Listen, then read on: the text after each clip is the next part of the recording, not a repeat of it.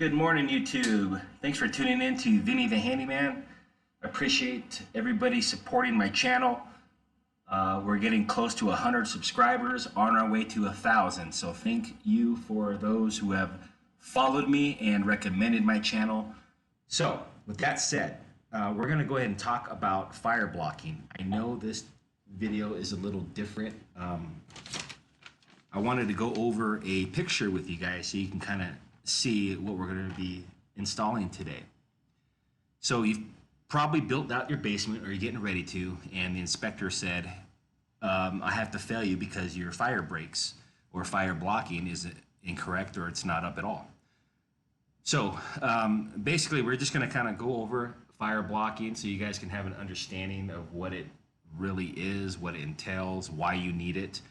And the reason for it is just to help suffocate fires from spreading. Now, if you notice in this photo, we have drywall up on top, drywall on the side. We also have this orange fireproofing spray foam that we'll get into a little bit later. So basically what we're doing is we're going to be suffocating the fire because the fire needs air to breathe, correct? So by suffocating the fire, by taking the oxygen out of the elements of the fire, it'll suffocate it, therefore, or prolonging the fire to grow. So what you see right here, this passes code every time. This is for the state of Colorado. This is code requirements, okay? Now, I'm going to break this down a little bit, and you're also going to see an explanation in the video.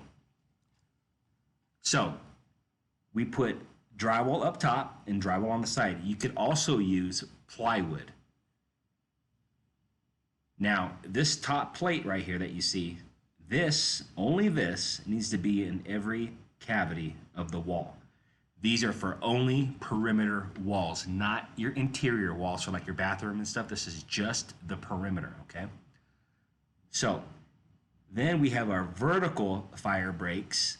These are between 8 to 10 feet, no greater than 10 feet. If you look over here above the window, I have one right here. The only thing it's missing are these top plates, right? But you see where I broke it there, and I also had it on the bottom. Moving down the line about 7 to 8 feet, I have another fire break right here, okay? You guys can't see it too well, but it's there. So basically, all we do is we put this drywall and we shove it up against this insulation. This insulation is only like 2 inches thick, and we press it against the concrete that's behind here, right? Because these are all concrete walls. So we're going to be pushing it to the concrete. We're going to screw it down using 1 1/4 inch drywall screws. Any screw will work as long as it's secure. And then you're going to scar it and snap it off, and then your drywall is completely flush with the 2x4. Now, keeping this flush is important because when you put your drywall on the finish side, you don't need it bowing out because you got drywall hanging out. So just make sure that this cut piece doesn't exceed the 2x4, or you're going to have some finishing issues later. So just keep that in mind. Anyhow, this is really basic stuff. It sounds like it's complicated. It isn't. You'll see everything in the video. We're going to break it down and try to answer all your questions for the fire breaks or fire blocking, okay? Okay, let's get to the job site, guys.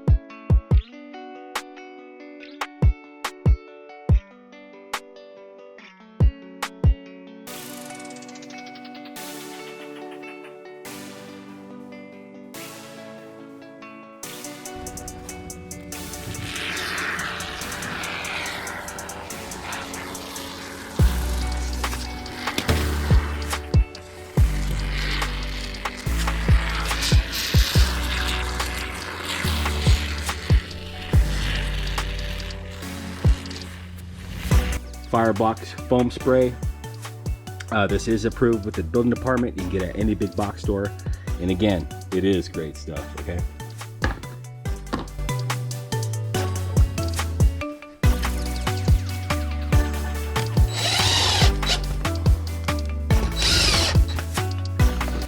So if you get in a jam like this, where you have a pipe protruding through, just do the best that you can to layer the drywall pieces and then fill in the air gaps. Firebox spray.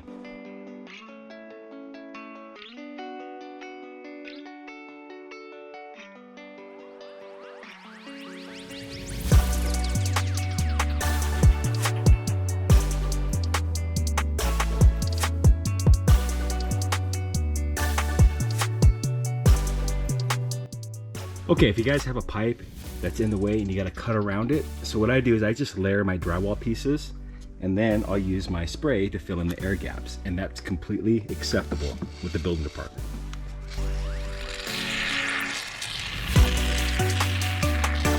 Make sure everything's airtight.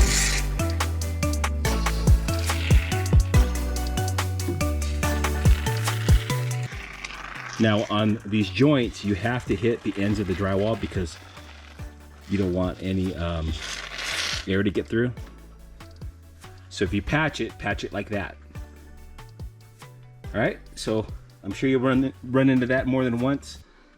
And if you don't, you're lucky.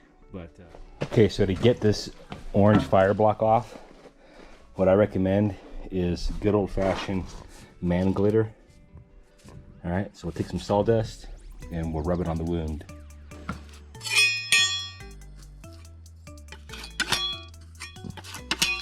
This stuff's so sticky. All right, so just take some man glitter off the floor.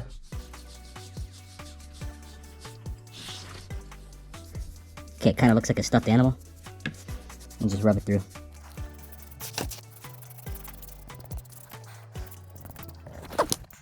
See that? Now you're as good as new. Wash it off with soap and water when it's time to eat, so mama don't get mad at you, and be good to go.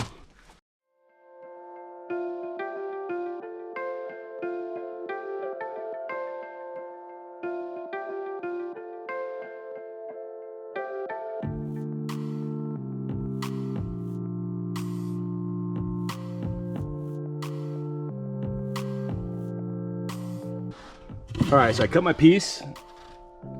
Now we're gonna tuck it up in between the trusses. And it's gonna go all the way back.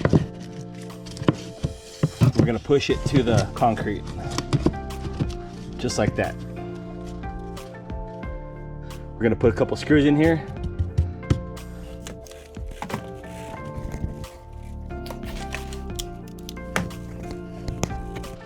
Okay, so that piece is in here.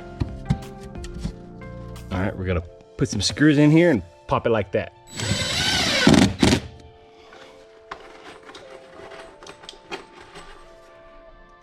Let's take our fire block again. We're gonna come up from underneath it.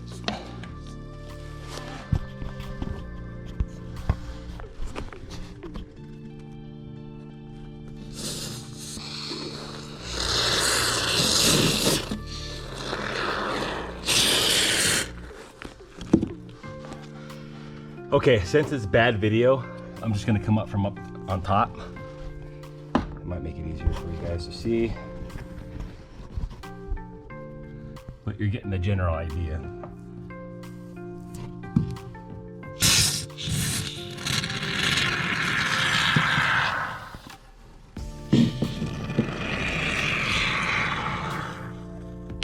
So all we're doing is limiting the airflow going upstairs. So now this wall cavity, the fire, if it's trying to breathe and it can't, now it's getting suffocated because we got this fire block and the fire block here, so it's not sucking any air, but within this, you know, 6 foot, 7 foot run here, that's the only oxygen that it's using to spread, because we have another fire block right here.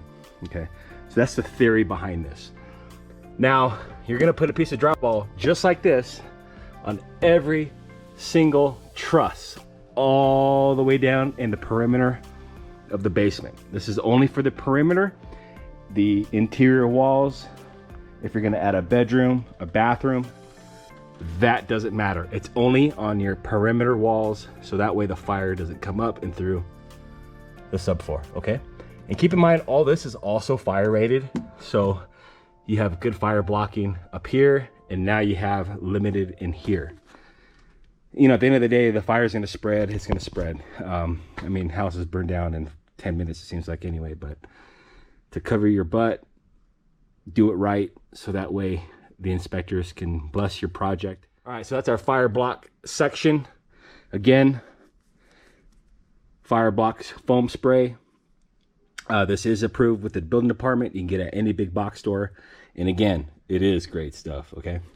Okay, so that's just a really quick video on fire blocking before we get started on our drywall work.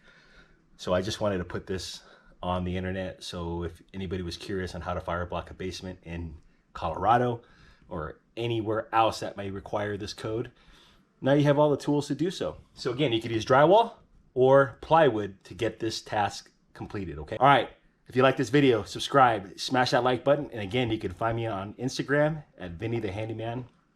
So I'll have all my projects listed there on Instagram. So again, if you guys like this video, smash that like button. Please subscribe. Help me get to 1,000 subscribers. I'm trying really hard, guys. I am trying so hard, and hopefully I can get monetized soon. So with your guys' special blessing, I can get there quicker. And Vinny the Handyman signing out. Thanks again for everything, guys. Stay confident. I'll see you on the next video.